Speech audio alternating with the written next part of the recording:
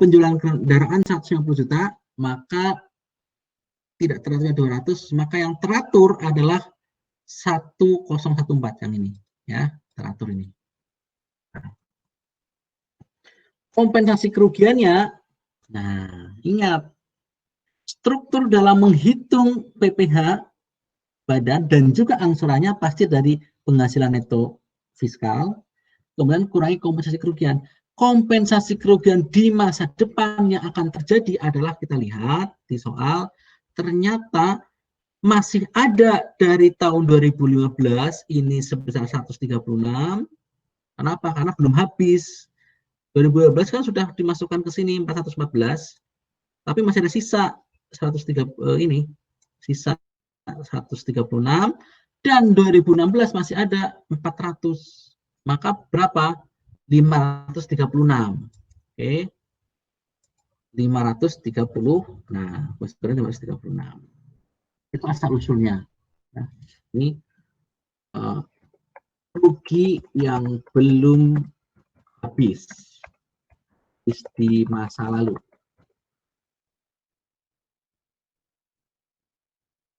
Karena ini tahun 2020 dia masih jangka waktu 5 tahunnya enggak? Nah, 2015 5 tahun kan pas 2020 ya, berarti masih kompensasikan. Oke. Kemudian mana nih? Nah, ini. Penghasilan kena pajaknya tinggal dikurangkan saja 1014 kurang 536 sama 478. PPh terutama. Nah, ini tahun lalu nih. Ini jawaban dibuat tahun lalu. Kita ubah dengan kondisi tahun sekarang aja ya. Ini tahun lalu 25%. Nih, kita ubah aja menjadi, karena tahun 2020 akan 22%, maka 22%. Tapi sebentar, apakah memang, apakah 22% atau jangan-jangan pengurangnya ada diskon 50%. Kita lihat omsetnya berapa di soal. Ternyata omsetnya di soal itu sudah 54 miliar. Ya, 54 miliar, terus kalaupun dikurangi dengan penghasilan tidak teratur, dia masih 54 miliar. Masih 50, di atas 50 miliar. Maka dia tetap berhak atas, tetap terkena tarif yang paling besar, yaitu dulu 25%, sekarang menjadi 22%. Ini kunci kita sesuaikan. Maka kalau kalian mengerjakan ini ada jawaban dari teman kalian yang sangat baik sekali, berarti mencoba mengerjakan ini masih 25%, kalian ubah karena konteksnya sudah berubah dengan aturan baru menjadi 22%. Ya, 22% sama dengan 105, 160. Nah, ini ya seperti ini. Pajaknya yang tidak teratur, ternyata yang PPh 23 tadi dikurangi dengan 7,5. Kenapa? Ternyata ini PPh 23 kan salah satunya berasal dari pemotongan bunga. Nah, ini 23 nih, 7,5 juta, ini dikurangkan 7,5 juta. Kita tidak akan dapat kredit pajak 7,5 juta lagi di masa depan, maka dikurangkan. Tapi kalau kredit pajak yang lain berupa yang 20 PPh 22 yang 25 juta itu tidak berubah. Maka yang dikurangkan cuma yang 23 saja, PPh 23 kurangi 7,5 juta sama dengan 43,5 juta. PPh pasal 22-nya 25 juta masih sama, maka kredit pajaknya yang sudah dikurangkan sekian, yang harus dibayar itu adalah sekian, atau ini kita sebut sebagai dasar angsuran PPh pasal 25 pajak berikutnya. Oke. Maka ini dibagi dengan 12. Angsuran PPh pasal 25 per bulan sama dengan, nah ini diganti ya angkanya ya, angkanya 36,66 juta dibagi 12 sama dengan 3055. Itu cara menghitung angsuran PPh pasal 25 tahun pajak 2020. Silakan ada yang mau dikonfirmasi? foto aja, nggak jangan minta file. Foto pun itu sudah beda dengan zaman dulu kita mencatat ya. Kalau mencatat itu organ tubuh kita yang terlibat banyak, itu cepat membuat kalian nyantol. Gitu. Silakan kalau ada yang mau informasi.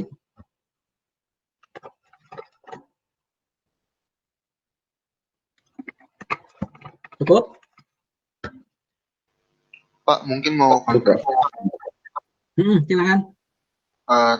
Ini tadi di file yang PDF 7 itu, yang di nomor 3. Ya. Ya, Pak, itu PPh totalnya 15 juta, itu 25% dari 60 juta, Kak, Pak?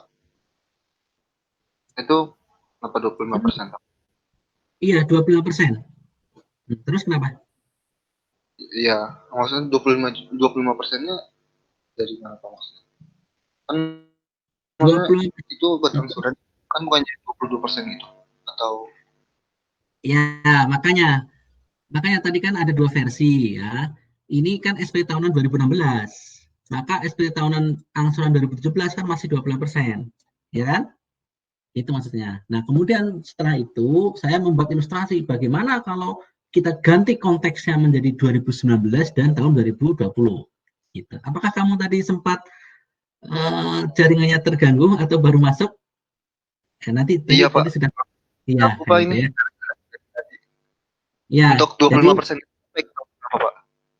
Jadi gini, ini karena konteksnya SP tahun 2016, maka menghitung angsurannya dan angsuran untuk tahun 2017. Tahun 2017 tarifnya masih 25%, ya kan? Jadi ini benar 25%. Seperempatnya 60 juta kan 15. Maka tadi setelah ini saya buat bagaimana kalau kita ganti soalnya menjadi 2019 dan ini tahun 2020. Nah, itu kalau tahun 2020 itu menjadi 22%. Ya, gitu. Nah, nanti tanya ke temanmu ya yang tadi sempat membuat ilustrasi bagaimana kalau ini 2019 dan tahun 2020 angsurannya. Itu ya. Ya, Pak, siap, Pak. Terima kasih. Oke, sama-sama. Ada lagi yang lain silakan. Nggak apa-apa, ini kita memang ya ada kendala dari kalian, mungkin bukan dari kalian, mungkin dari saya yang sinyalnya nggak bagus, itu sangat wajar sekali ya. Jadi yang penting kalian sabar, konfirmasi kayak teman kalian tadi. Kok kayak gini ya? Oke, ternyata tadi gangguan sinyal dan sebagainya. Nggak ada masalah. Silakan ada lagi. Oke, kalau tidak ada, apalagi yang belum bahas ya. Nah, ini nanti kita bahas. Kayak penyusutannya terlalu gampang ya ini penyusutannya ya? Oh, nggak usah aja lah penyusutannya nanti. Nih, saya tunjukin aja kalian foto aja jawabannya. Karena kita bahas yang lain aja. Nah, ya. Nah ini, dah, silakan. Nah ini jawabannya. Tapi ini jawaban singkat nih. Kalau kalian nggak apa namanya, nggak hati-hati, bingung nanti. Kalian foto ini, kemudian nanti Pak ini dari mana ya? Nanti belakangan gitu ya. Oke, saya pengen bahas yang lain dulu. Bahas apa ya? Sambil saya mencari yang ingin saya bahas, silakan kalau ada yang ingin dikonfirmasi. Tanya, Pak. Ya, silakan. Yang penyusutan itu kalau misalnya dia masih konstruksi dalam pekerjaan kan, Pak? Nah, kalau putus kayaknya ya. Misalnya apa? Misalnya dia KDP, Pak. Oh ya. Nah, itu nanti, kalau dipajak, mulai biayanya waktu dia mulai konstruksinya kan berarti, Pak? Ya, nanti kita bicara ketika sudah jadi aja, aset tetapnya saja. Jadi setelah jadi aset tetapnya, ya kita tidak bicara KDP dulu ya. Jadi setelah jadi aset tetap berupa bangunan, itu ya. Soalnya yang 1B itu kalau misalnya 2018 gimana saya bingung, Pak. Iya, jadi kalaupun KDP gitu kan, ini kan nggak jelas juga angka di 14 April tuh bagaimana kan nggak ada informasi ya. Jadi kita bicara ketika untuk dalam konteks pajak ini penyederhanaan, kita bicara konteksnya adalah ketika sudah menjadi bangunan permanen di 25 Juli 2018 gitu. Jadi secara akuntansi kita buat simpel saja bahwa secara akuntansi ini adalah bangunan yang kalian sudah menyebutnya adalah building, bukan lagi konstruksi dalam pengerjaan, ini building beneran sudah jadi gitu ya. Itu sama dengan 800 ya. Harga proyeknya seperti itu, tapi dimulainya juga dua-duanya di 25 Juli 2018 di akuntansi, dan di pajak juga sama 25 Juli 2018. Kayak gitu aja ya penyederhanaannya. Ya, Pak. Oke, baik. Ada lagi yang lain?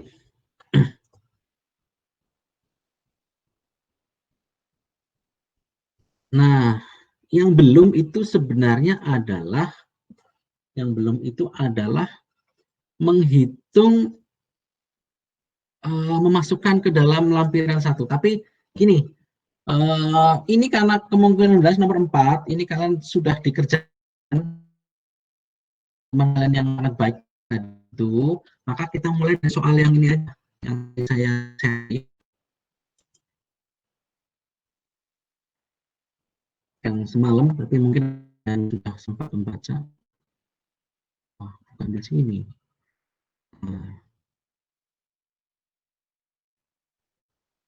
Nah, itu. Nah, ya.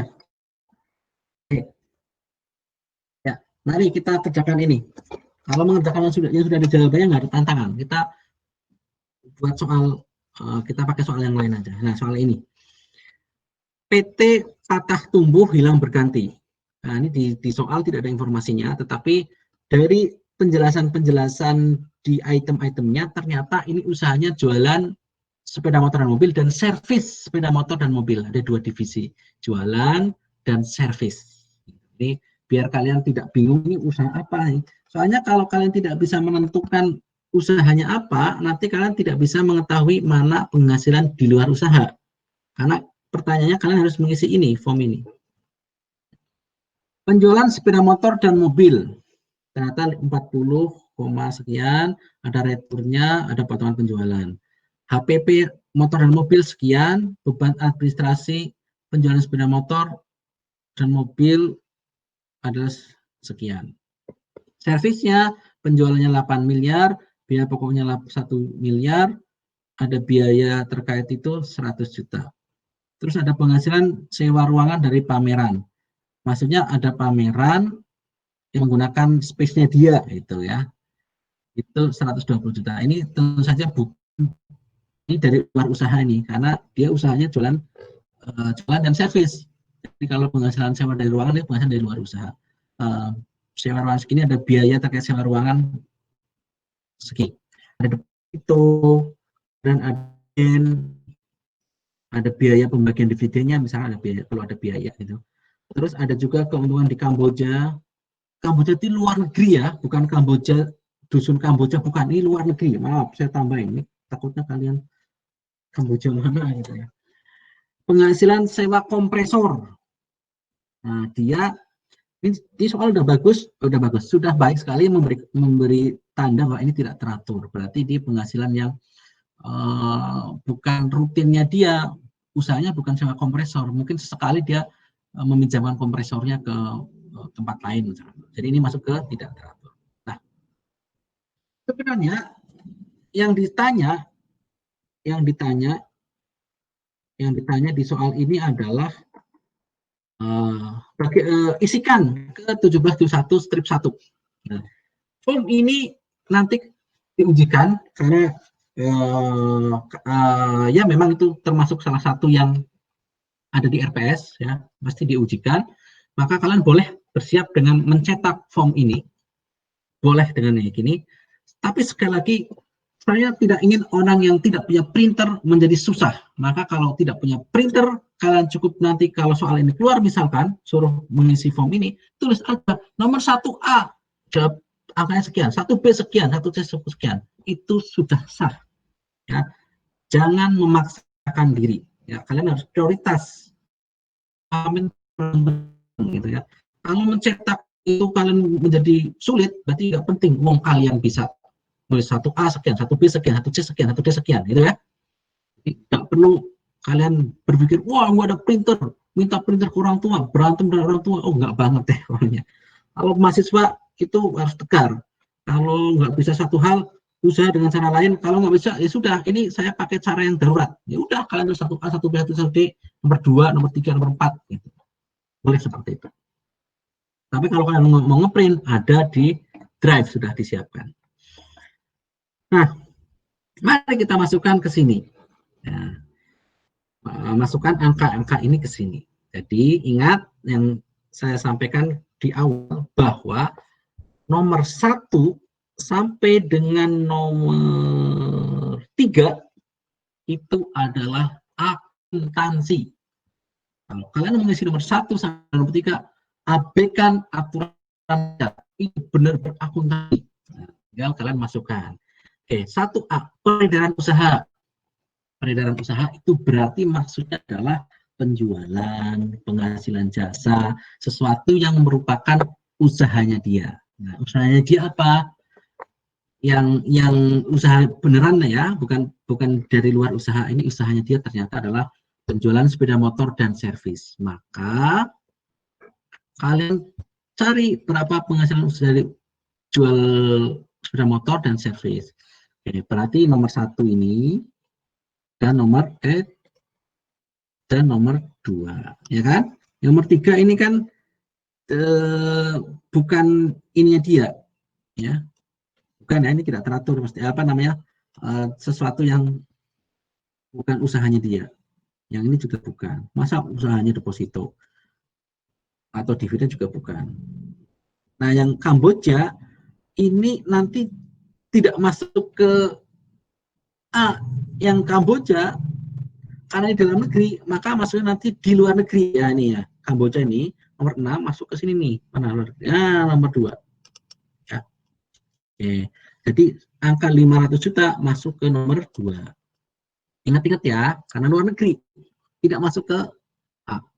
Jadi A ini kan neto komersial dalam negeri. Maka jumlah nomor 1 dan nomor 2. Nah, nomor 1-nya bukan 47,8 karena ada pengurang retur dan potongan penjualan. Nah, retur penjualan kan nanti nggak ada tempatnya tuh. Maka kalian masukkan ke sini adalah 4780 kurangi 70. Berarti nomor 1 adalah yang A ya. 40. Kalau saya salah kalian benarkan biar tidak menyesatkan. 710 ya. Nah, betul kan? Karena 4780 kurangi 70. 40 10 itu peredaran usaha. Salah. Ditambah lagi dengan yang ini. Plus 8. Plus 8-nya berarti ini 40 miliar. Berarti 48 ya. 48 710 yaitu dari mana? 8 juta dan gabungan dari ini. Ya. 48 710. 48 710. Oke, ini kalian setuju? Biar nanti bawahnya benar angkanya. Sebenarnya bisa lihat kunci sih, tapi nggak kan. Nah, ini lihat kuncinya. Oh benar, 48 710. Ya, oke ya. Lanjut. Yang kedua, kita kerjakan bareng-bareng saja biar otaknya bekerja gitu. Harga pokok penjualan. Oke, harga pokok penjualan berarti yang terkait dengan usahanya ini 30, ya, ini 30 harga pokok penjualan. Sama jasanya juga masuk ini biaya pokok ya, walaupun jasa tapi dia terkait dengan hal pokok, berarti boleh masuk di sini. Jadi sini harga pokok penjualannya adalah 31 ya. Ini 31. Nah, ya 31. Nah, dari dua ini ya, 30 dan 1. 31. Itu. Biaya usaha lainnya berarti yang bukan termasuk HPP. Tapi masih terkait dengan usaha, bukan yang luar usaha. Nah, yang usaha ini berarti 500. Nah, ini ganti yang biru aja. Nah, ini yang usaha ini 500. Biaya usaha ya, sama 100. Udah ya, yang terkait usaha kan itu. Berarti 600 juta. Ya, 600. Oke, kita lihat. Ya, betul jawabannya. 600 juta biaya usaha lainnya. Oke. Kemudian berikutnya, penghasilan neto dari usaha. Kalau penghasilan neto dari usaha berarti pengurangannya aja 48. Biar otak saya juga bekerja, saya hitung juga. Mari kita bareng-bareng. Penghasilan neto dari usaha berarti adalah peredaran usaha kurangi HPP kurangi biaya usaha lainnya. Ayo kita kerjakan. Saya akan melakukan seperti ini di kelas ya. Jadi saya akan menghitung ulang gitu. Nah, biar saya saraf-saraf otaknya bekerja terus, tidak mengandalkan Excel. Ini 600. Oke, sama. Nah, ini sayangnya masih pakai kalkulator gitu.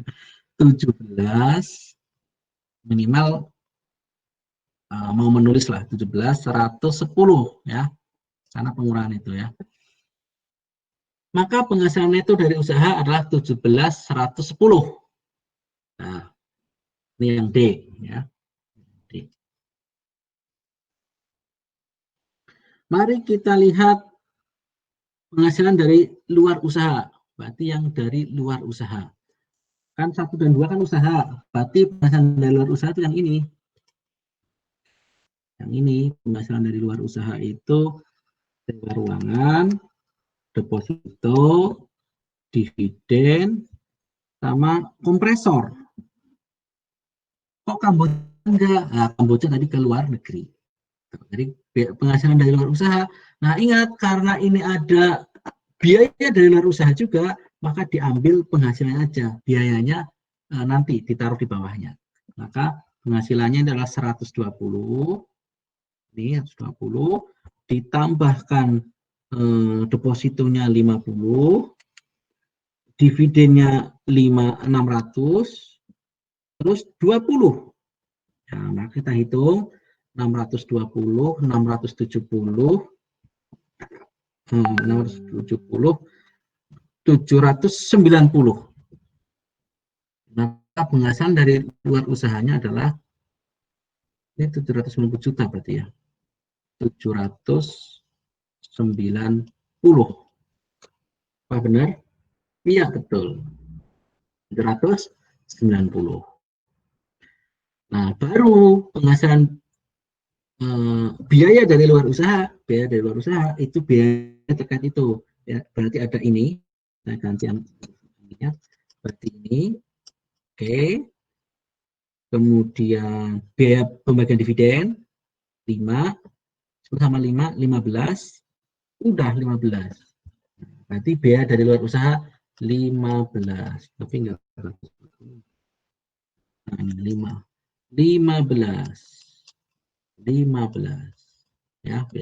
Maka penghasilan neto dari luar usaha adalah 790 kurangi 15. 790 kurangi 15 sama dengan 775. Maka di sini 775. Nah, jadi akan ketemu penghasilan neto dari usaha yang D dan yang mana G. Maka H itu penjumlahannya.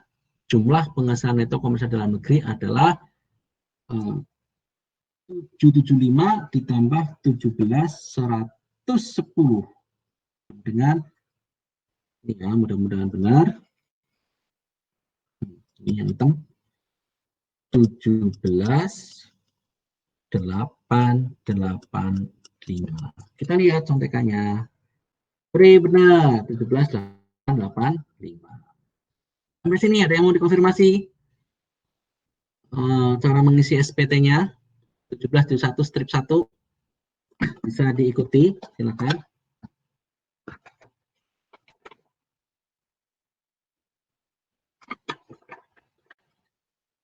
Oke ya, jadi ini masalah membaca sebuah laporan keuangan, kemudian dimasukkan ke laporan pajak atau SPT. Ingat 1D sampai dengan nomor 1 sampai nomor 3 itu akuntansi semua.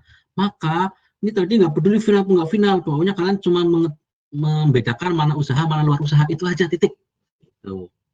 Nah, yang perlu hati-hati itu yang nomor 2 nih, luar negeri ini ya, luar negeri itu yang masuknya ke luar negeri. Penghasilan itu luar negeri sama dengan berapa? 300. Baik, di sini 300. Luar negeri berapa sih? 500. Maaf.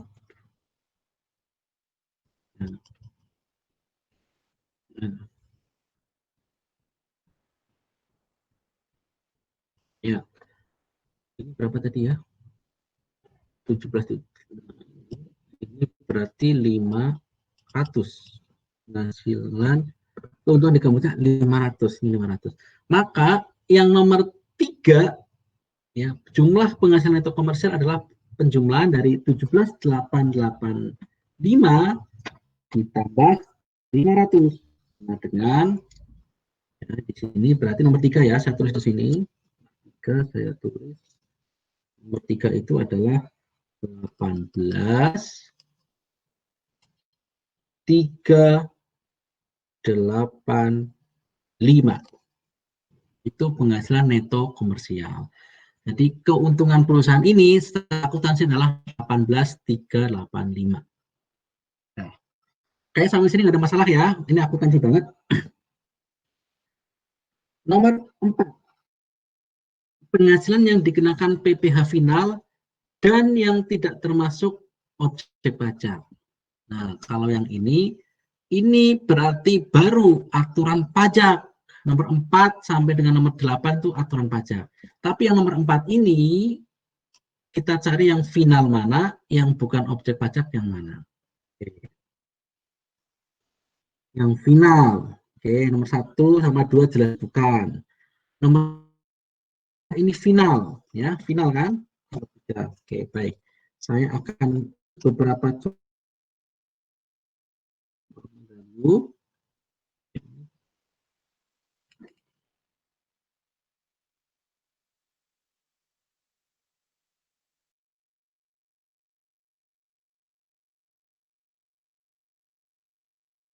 Itu adalah yang sewa ruangan. Ya, baik, kita tandain ya. Oke, final. Nah, ini final. Final. Ada lagi yang final. Final ada lagi adalah deposito final. Oke, kemudian tidak ada. Maka final ini ditambah ini final. Kemudian yang bukan objek pajak, kita lihat yang bukan objek pajak itu adalah dividen dari PT ABC. Kenapa? Karena kita punya kepemilikan 25%, maka ini bukan objek pajak. 600 juta. Kemudian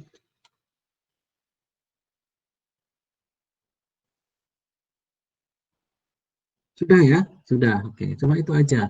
Tetapi ingat, yang di nomor 4 ini adalah penghasilan yang dikenakan PW final dan yang tidak termasuk objek pajak. Ini netonya. Netonya. Berarti kalau ada biaya, langsung dikurangi biayanya. Jadi angkanya itu yang ini final ini bukan 120 tok, tetapi adalah netnya 120 kurangi 10. Jadi yang diambilkan adalah yang ini.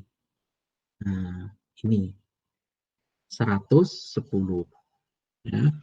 Kemudian ditambah 50 ini, 50, 160, ditambah lagi dengan, nah ini apa namanya, BOP-nya, bukan objek pajaknya juga, bukan 600, tapi netonya lagi. Netonya, berarti 595-nya. Oke, berarti penjumlahan antara 100, oke, saya tandain, saya kotakin merah, yang termasuk final dan BOP itu netonya berarti ini, kotak antara tiga kotak ini, 110, 50, dan 595, sama dengan 160 dan 595. Oke. 160 plus 595 sama dengan 755. Nah, nanti cek ya, sama nggak 700? Oke. Ya, betul, 755. Maka di sini adalah yang nomor 4 diisi 755. Atau di sini ya, 755. Begitu, jadi nomor 4, sekali lagi, ini memang tulisannya penghasilan yang dikenakan PPh final dan yang tidak termasuk objek pajak, tetapi ini penghasilannya itu neto atau labanya atau setelah dikurangi biaya. Maka ini sewa pameran karena ada biaya 10, maka dikurangkan. Jadi 110 yang masuk ke situ. Komponennya itu. Selanjutnya, penyisian fiskal positif dan negatif itu ada informasi di bawah. Soal bawahnya. Nah, ini. Cari yang koreksi fiskal positif sama negatif ya, fiskal positif dan negatif. Oke, sisa kompensasi kerugian, ini bicara yang lain, ini bicara yang lain, ini bicara yang lain, ini bicara pemotongan, pemungutan. Nah, ini coba lihat. Dari beban administrasi terdapat pengeluaran untuk kepentingan pribadi direktur. Ini beban administrasi. Nah, ini. Berarti ini kan tidak boleh dikurangkan. Maka ini harus harus dari biayanya tadi berapa administrasi, ada banyak administrasinya, harus dikurangkan angka 20 juta. Maka ini adalah koreksi fiskal positif. Koreksi fiskal positif sebesar 20 juta. Koreksi fiskal negatifnya tidak ada. Maka cuma koreksi fiskal positif sebesar 20. Maka koreksi fiskal positifnya adalah 20. Koreksi fiskal negatifnya tidak ada. Jadi gini sebenarnya, kalau ada yang final sama BOP itu juga dikoreksi fiskal, dikoreksi gitu ya. Memang dikoreksi, tetapi kolomnya bukan di, atau barisnya bukan di 5 dan 6, tapi di 4. Kalau ngisi SPT di 4. Tuh. Memang itu koreksi, gitu, koreksi fiskal, bisa positif, bisa negatif, tergantung. Tetapi ditaruhnya itu bukan di 5 dan 6, tapi di 4. Gitu ya. Ingat betul ini ucapan saya, di 4. Oke, kalau yang BOP dan final itu di 4. Kalau selain itu baru ditaruh 5 dan 6. Nomor 7 tidak ada alias 0. Kita sudah sepakat bahwa 7 tidak dalam lingkup pembicaraan kita, tidak lingkup pembelajaran kita. Maka nomor 8 itu gimana? 8 itu hitungnya adalah nomor 3, kemudian dikurangi nomor 4, ya, tambah nomor 5, dikurangi 6, dikurangi 7. Berarti 18385 di 75, oke, ditambah 2 dengan ini tulisannya 17650. Coba kita cek. 11 cek.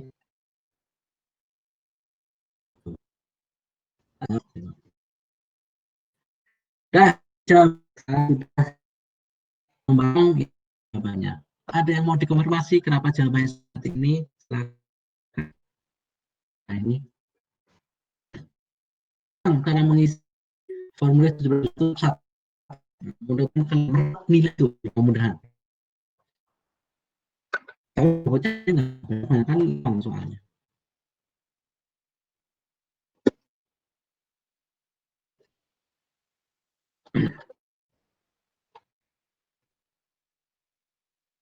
Kalau belum ada, nah di soal ini yang ditanyakan, yang dimintakan si formulir ini.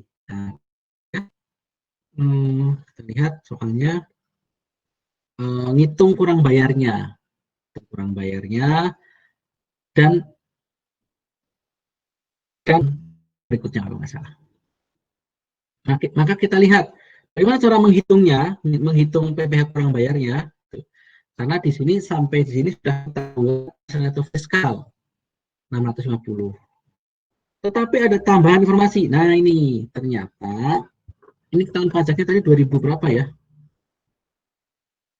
2019. Ternyata ada komposisi kerugian 2013 besar 1M, 2014 4M. Kemudian di Kamboja, ketentuan di Kamboja dipajak 60M. Ya. Benda B antara Indonesia dan Kamboja adalah Kamboja berhak memajaki 10% dari keuntungan. Kamboja berapa tadi? Kamboja kita keuntungannya 500. Ya. 500 juta, tapi P3B-nya 10%. Berarti hanya 50 juta harusnya. 60 juta ini P3B. Nah, kita berarti bicara kredit pajak luar negeri. Ternyata soal ini lumayan ini, menggabungkan macam-macam ya. Maka saya rekomendasikan soal ini untuk kalian paham. P3B-nya hanya 50 juta, tapi dipotongnya 60 juta. Nah, ini kaitannya nanti ketika menghitung kredit pajak luar negeri. Tuh. Atau sebelum itu kita yang nomor D deh. Nomor D ini kredit pajak atau bukan nih? Perusahaan telah dipotong pajak. Dipotong. Berarti kita dipotong ya. Nah, pemotongan itu menjadi kredit pajak atau tidak? Kita lihat. Saat memberikan jasa servis dipotong. Oke, berarti ini PPh 23 nih. Berarti bisa dikreditkan. PPh 23 ini kredit pajak. Tip. Ya. Menjual ke bendahara pemerintah, kredit pajak juga. Ini PPh 22. Ya kan? Kalau kita menjual barang ke bendahara pemerintah akan memungut PPh 22. Saat menyewakan ruangan, nah ini final, PPh final, bukan kredit pajak. Ya, kredit pajak yang atas 2. Dari deposito juga final, oke, bukan kredit pajak. Jadi kredit pajak cuma 22 dan 23. Nah, ada lagi apa enggak? Perusahaan memotong dan menyetorkan. Memotong, bisa memotong atau menyetorkan. Berarti kalau memotong duitnya orang lain, kalau menyetorkan, nah tergantung duitnya siapa.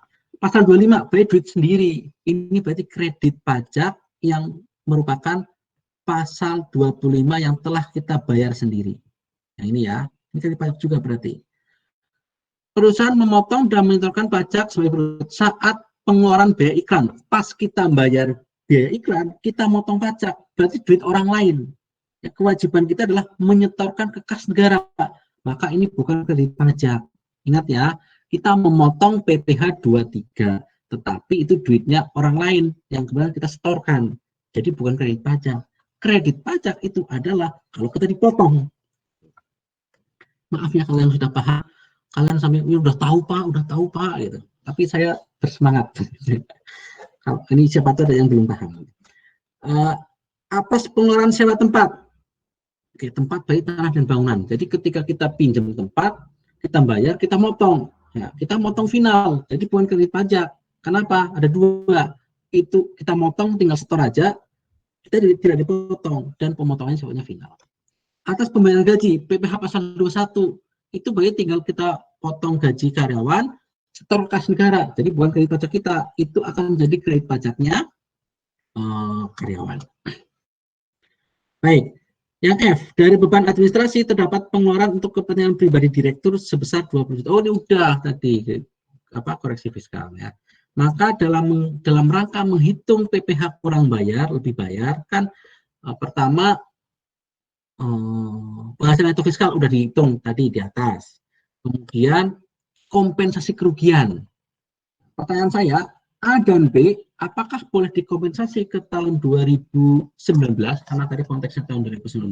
Nah ini saya minta tolong jawab presensi 1 dong, silakan.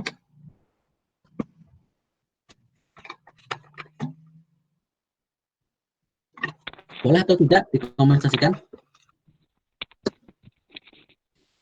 Boleh, Pak. Semuanya 2013 dan 2014 ke 2019. Bentar. Ya, silakan diulang. Ya, silakan berpikir dulu.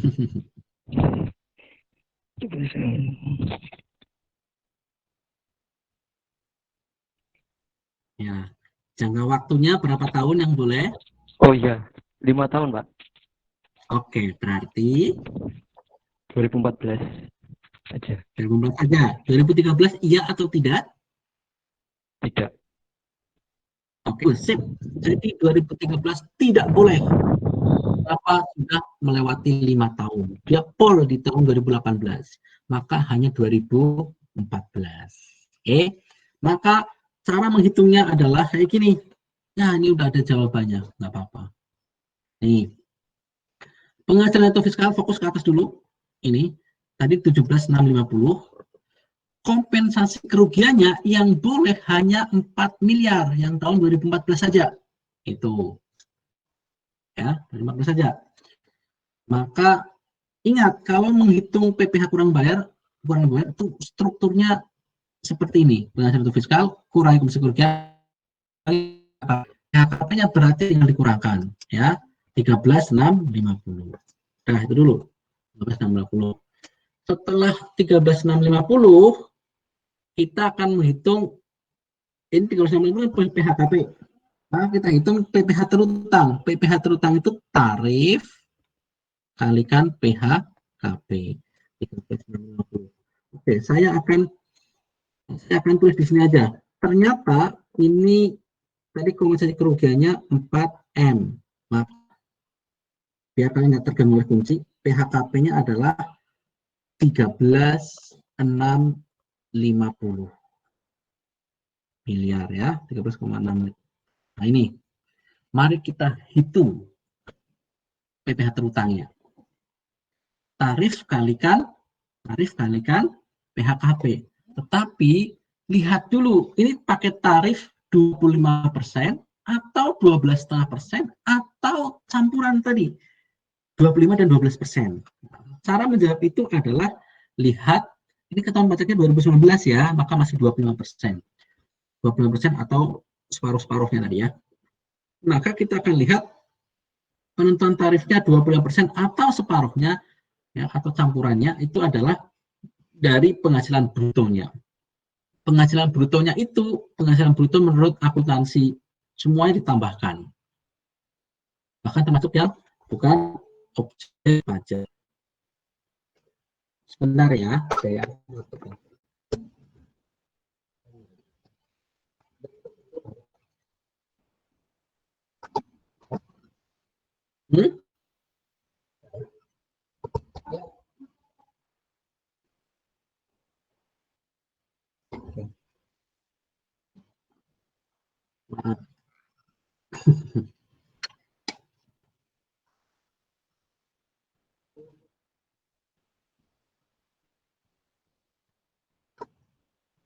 Oke, baik ya. Di sebelah juga sedang ada rapat, jadi ternyata ada peralatan elektronik yang harus memakai peralatan saya. Oke. Baik, sampai mana nih? Oh ya, tarif. Bagaimana menurut tarif? Penghasilan brutonya. Penghasilan bruto itu adalah total dari seluruh penghasilan. Entah dia final, entah dia nggak final, entah dia bukan objek pajak, entah dari luar negeri. Maka yang dilingkari itulah, ya, yang dilingkari itulah yang merupakan apa tuh? Yang dijumlahkan untuk menghitung kena tarif 20% atau 12,5%. tercampurannya. Ya.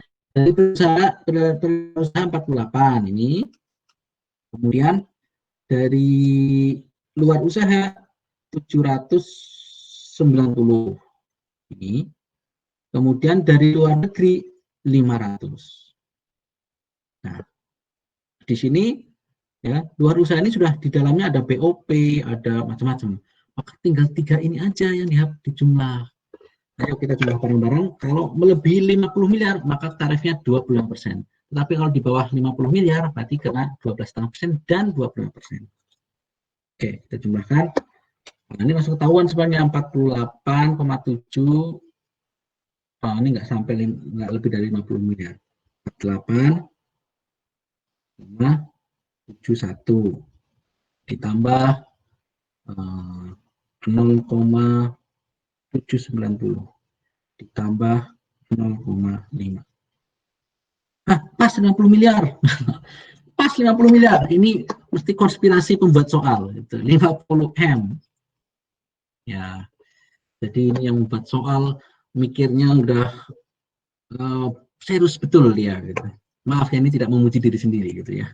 Tapi memang dibuat seperti itu buat belajar. Oh, pas 50 miliar. Kalau pas 50 miliar berarti itu termasuk nanti kena 2 tarif. 12%, 12,5% dan 25%. Gitu ya. Nah, kalau kita lihat cara hitungnya, ya 50 miliar nih. Maka dari penghasilan kena pajak 13.650 dibagi 2, ada penghasilan kena pajak yang dapat fasilitas dan yang tidak dapat fasilitas. Yang dapat fasilitas itu adalah caranya 4,8 per 50 penghasilan kena pajaknya. Nah, ini harus udah terampil kalian ya. Sama dengan, nah udahlah segini. Mana ya? Ini. Nah, yang tidak dapat fasilitas berarti 13.650 dikurangi 1,310 sama dengan segini. Ini mudah-mudahan sudah benar nih, pakai Excel soalnya. Nah, PHKP ini kalikan tarif 12,5%, jadinya segini. Yang karena 20% segini. 3084900. Maka PPh terutangnya adalah ini. Penggabungan dari 2 ini. Ya, 32,48700. Gitu. Ya. Kredit pajaknya tadi udah kita bahas. Pasal 23 sama 22. Yang ini nih, ya. Nah, ini 23 sama 22. Namanya enggak. Nah, ini juga skill atau keterampilan kalian untuk mengidentifikasi mana kredit pajak, mana kita motong, mana kita dipotong. Kalau dipotong, baru kita bertanya, apakah ini kredit pajak? Kalau motong, walaupun motong PPh 23, iya bukan kredit pajak, mau motong kok. Kan kredit pajak itu kalau kita dipotong, kecuali pasal 25, setor sendiri. Gitu. Nah, 23 sama 22. Seperti ini. Nah, 24 bagaimana? Kredit pajak luar negeri, lihat perincian di bawah. Kita lihat kredit pajak luar negeri. Ternyata di Kamboja kita dipotong 60 juta. 60 juta. Padahal P3B-nya itu 10% saja. 10% kalikan tadi 500 juta. 500 juta apa? Yang jumlah keuntungannya. Maka harusnya 50 juta. Maka kita membuat ini. Saya biar kalian nggak terganggu sama kunci. Kayak gitu. Maka real dipotong itu adalah 60 juta. P3B-nya harusnya nggak 60 juta, tetapi 50 juta. Ya, 50 juta. Kemudian satu lagi, angka tertentu. Angka tertentu itu adalah penghasilan luar negeri. Berapa ya? 500 juta. Dibagi dengan penghasilan kena pajak perusahaan tersebut, berapa? Nah, ini yang harus hati-hati, lihat. Penghasilan kena pajaknya adalah ini, 13.650 M, 13,650 M. Ini 13.600 ya, karena 500 juta sih di luar. Nah, kalikan PPh terutangnya berapa? PPh terutangnya ini adalah ketemu 3284. Oke, ini sudah dihitung ini.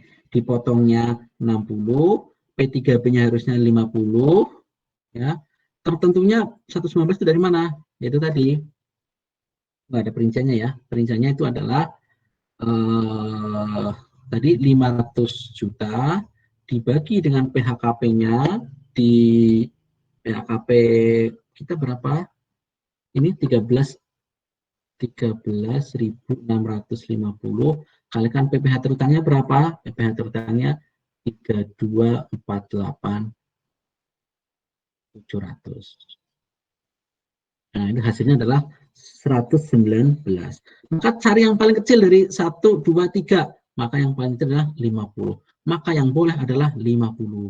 Itu asal-usulnya dari sini. Ya.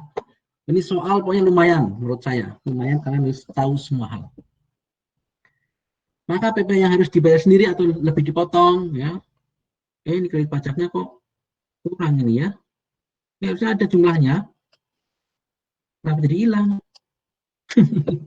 Maaf ya, salah ketik apa enggak ini? Berapa nih berarti? Jumlah ya. Ini 160 ditambah 585 ditambah 50. Sama dengan harusnya adalah 795. Maaf ini. Nah, ini kan namanya salah ketik.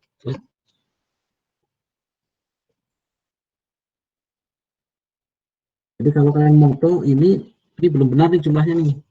Bentar ya, saya perbaiki di ini coba.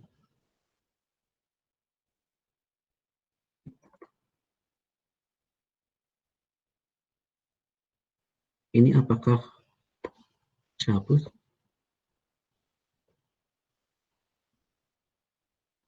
Oke, sum I27 I29. Mestinya benar dong. Oh iya, salah ininya. Salah rumusnya. Karena saya buat ini. Nah.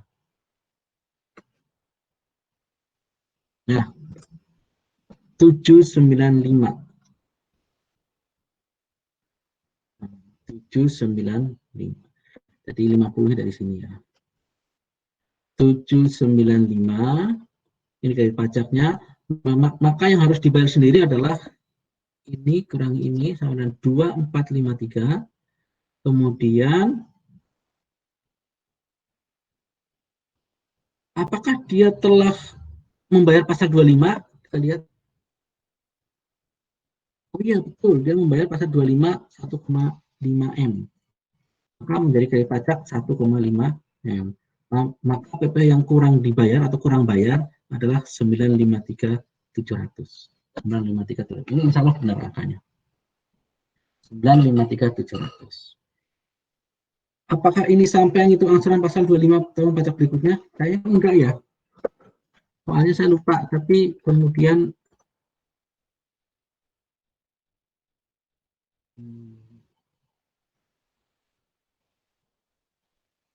apakah betul soalnya itu tidak sampai menghitung PP pasal 25 tahun pajak berikutnya? Kalian buka lagi soalnya. Ada, Pak. Hitung, Ada ya? Pak. Hitung. Nomor 3. Waduh. Iya.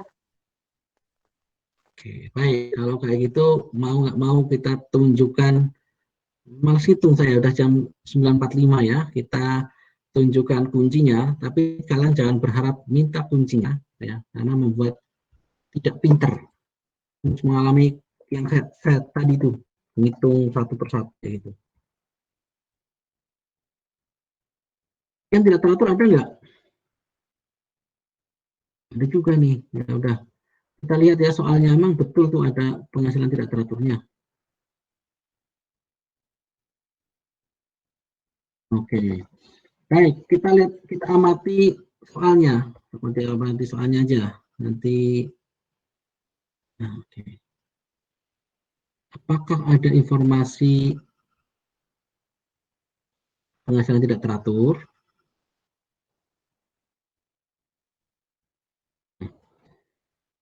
Oh, ada ya. Penghasilan tidak teraturnya adalah 20 juta. 20 juta ini. Ada lagi?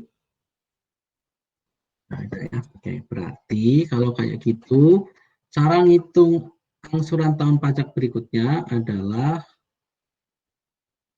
ya dari sini. Kita harus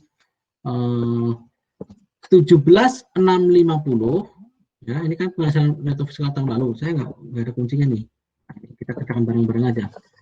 17.650 dikurangi dengan penghasilan tidak teratur.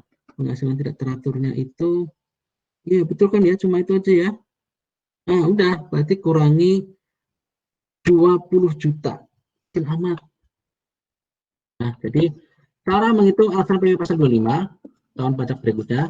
Jadi penghasilan neto fiskalnya ini di sini kita tulis 17.650 dikurangi 20 juta, berarti sama dengan 17.630. Nah, ini. Nah, ini kan nolnya. Nah, ini adalah penghasilan neto fiskal tahun pajak berikutnya, karena sudah dikurangi dengan 20 juta. Nah, kompensasi kerugiannya masih ada apa enggak tahun 2000? Kompensasi kerugiannya di tahun 2020 nanti sudah tidak ada, ya kan? Tidak ada. Kalau saya salah, kalian langsung ini saya ngerjakan bareng lagi loh ya. Jadi saya udah nggak ingat kuncinya lagi. Ternyata nggak ada kuncinya. Nah, saya suka kalau nggak ada kuncinya biar saya mikir lagi. Gitu. 0. Nanti kompensasi kerugiannya 0 kan? Jadi tidak ada kompensasi kerugian lagi di tahun 2020. 0. PHKP-nya berarti 17.630.000.000. Nah, kemudian PPh terutangnya, nah ini agak rumit, gitu ya, agak rumit karena harus dua lagi kan, dicari berapa yang merupakan dapat fasilitas mana yang enggak. Nah, tahun pajak 2020 ini sudah 22%, maka ini kalian ganti menjadi 11%. Dan ini 22%. Nah, kayak gitu. Nah, 17.360 berarti yang PHKP yang dapat fasilitas adalah 4,8 kali. Nah, ini sebenarnya akan ada yang agak sulit nih. Agak sulit. Peredaran brutonya sudah tidak 50 lagi. Tapi berapa? Kan 50, tetapi kemudian diperangi dengan di tahun depan itu tidak ada apa? Ini agak sulit nih soalnya karena informasi nggak lengkap. Kenapa? Karena di tahun depan, nih di tahun depan itu, nah tahun depan itu tidak ada penghasilan sewa 20. Juga tahun depan tidak ada penghasilan, ini juga kemungkinan ada apa enggak kita nggak tahu. Oke, jadi soal ini makanya kenapa nggak ada kuncinya, karena soalnya nggak bisa dikerjakan gitu ya, gitu, makanya kelihatannya seperti itu ya. Jadi saya hentikan aja, tidak perlu menghitung angsuran pasal 25 karena datanya kurang gitu ya, datanya kurang. Dan ini kalian pasti penasaran jawabannya harusnya gimana dong, nggak usah gitu, tidak serumit itu berarti. Ya, jadi kalau mau detail berarti kan tahun depan ini kan angkanya nggak 50 lagi dong, gitu kan? Itu dicari dulu angkanya. Nah, kalian nggak sampai seperti itu. Sudah selesai. Sampai sini ada yang mau dikonfirmasi? Silakan.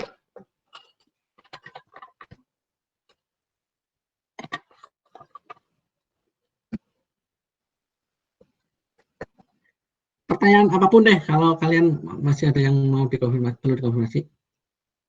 Atau mau bahas ini lagi, soal tahun lalu. Oke, mulai soal tahun lalu. Kita optimalkan waktu kita ya. Nah, ini. Soal tahun lalu. Nah, kan sudah jadi seperti ini. Harusnya kalian seperti ini. Pak, novelnya jangan dong, kalau udah mengerjakan sendiri. Nanti enggak. Dan mungkin jawabannya sudah benar. Saya dulu deh, apa kalian menghasilkan jadi sendiri nggak apa? 11,24 juta untuk penghasilan neto fiskal ada atau yang dikerjakan teman kalian, apa ada 16,624 juta?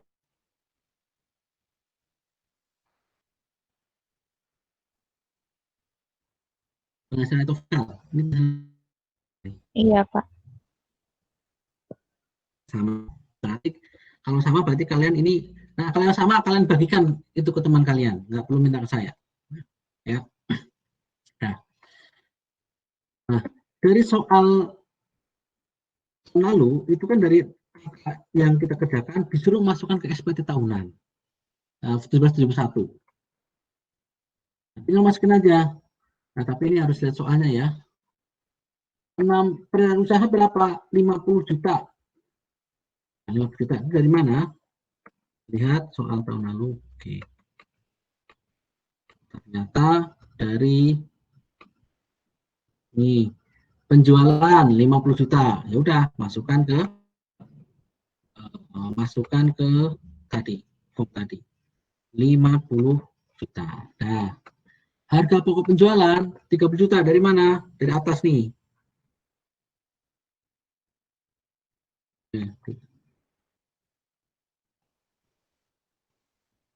HPP 30 juta. Nah, masuk ke situ. Nah, kemudian yang ketiga, biaya usaha lainnya 3949. Nah, ini memang dicek biaya usaha lainnya yang selain HPP. Berarti ini total dari, nah ini biaya usaha lainnya 3949. Total pokoknya selain HPP lah pokoknya. Masukin ke situ. Nah, ini kan penghasilan itu dari usaha tinggal dikurangkan saja 1A, 1B, 1C, 1D. Nih, 1A. Penghasilan dari luar usaha, nah lihat ini ada C. Kita lihat yang nyala. C24, berarti ini yang kotakan. Penghasilan dari luar usaha ini 85, 50, 75, 30, 38,5. Yaitu dari dividen, ya, dan sebagainya. Nah, sayangnya ini ada yang nggak ada informasi biayanya itu ya. Nggak ada informasi biayanya. Jadi nanti kalian mengisi biaya dari luar usaha itu hanya 150, yaitu 47. Nah, ini aja. Ini aja yang nggak boleh apa namanya? Ya ini jadi biaya 150, 250 karena akuntansi. Karena yang lainnya nggak punya informasi biaya. Informasi biaya itu atau pengurang itu hanya rugi selisih kurs. Rugi selisih kurs masuk ke biaya dari luar usaha.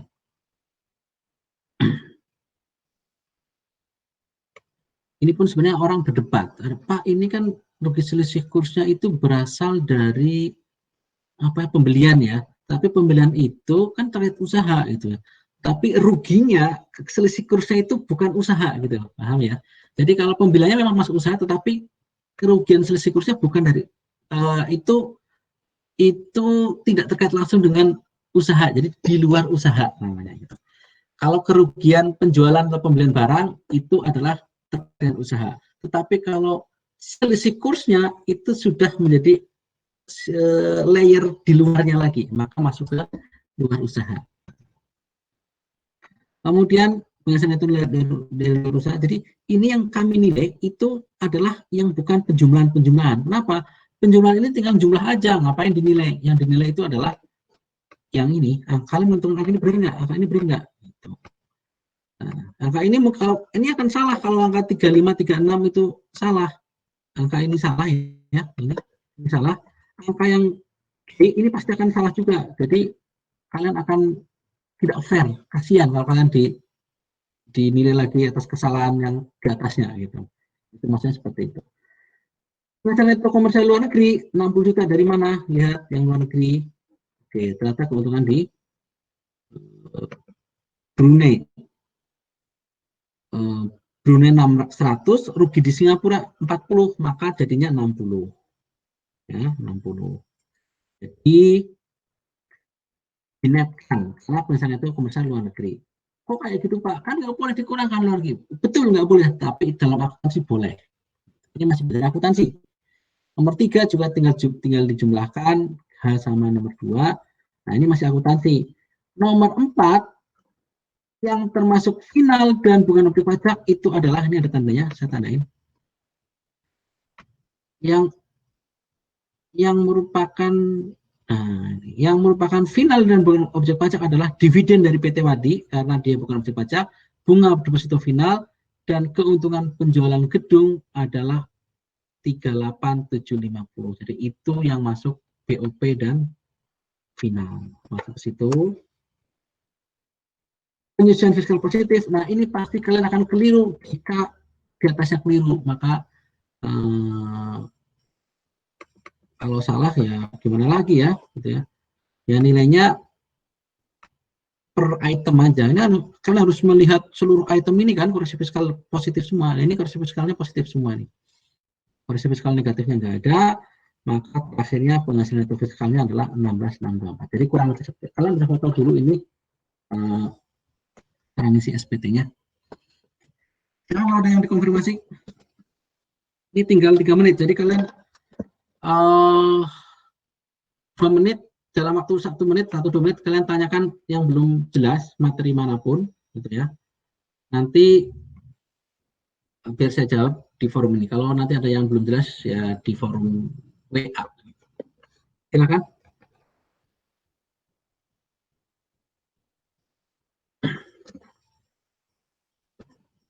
Belum ada. Ya. Jadi begini, seluruh materi sudah saya berikan ya, sesuai RPS. Jadi hari ini adalah kita bahas angsuran pasal 25. Harusnya sih kemarin ya, tapi hari ini plus cara ngisi SPT 2021 step 1 juga sudah saya berikan di sini. Latihan soal juga sudah saya berikan. Kemudian yang ini juga mengulang yang di awal-awal tuh, awal cara kita menghitung PPh terutang. Ya. Jadi nanti ujiannya kalian tidak akan jauh-jauh dari RPS, tidak akan jauh-jauh dari yang seperti ini, tidak akan jauh-jauh dari seperti ini. Kemudian apa namanya?